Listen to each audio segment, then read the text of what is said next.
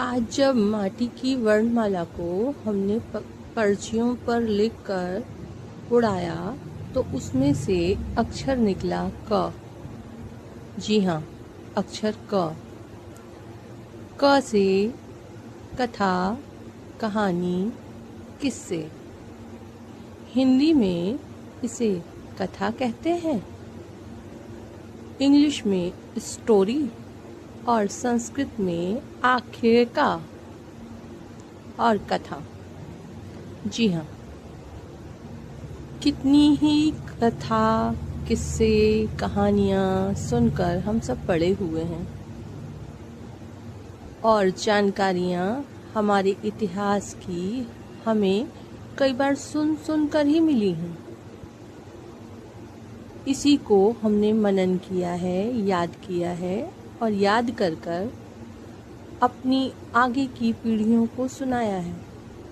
इस तरह से एक मजबूत इतिहास, भूगोल, गणित, हर विषय जिसको जानकारी थी उसने उसको याद किया और कथा, किस्से, कहानियों के माध्यम से हम सब तक पहुंचाया। अक्षरों और वर्णमालाओं के इन खेल में जब सब लोग बैठकर सुनाते हैं, जब हम बैठकर किसी के पास कुछ सीखते हैं, तो वो किस्से, कहानियाँ, कथा, इतिहास से जुड़ी हुई बातें हमारे दिल को ज़्यादा छूती हैं और हमें ज़्यादा जानकारियाँ देती हैं। जानकारियाँ, बातें हम इस तरह से भी याद रखते हैं। लिखा हुआ तो हमारे पास बाद में आया, पहले तो हमने इसे कह सुनकर ही जाना,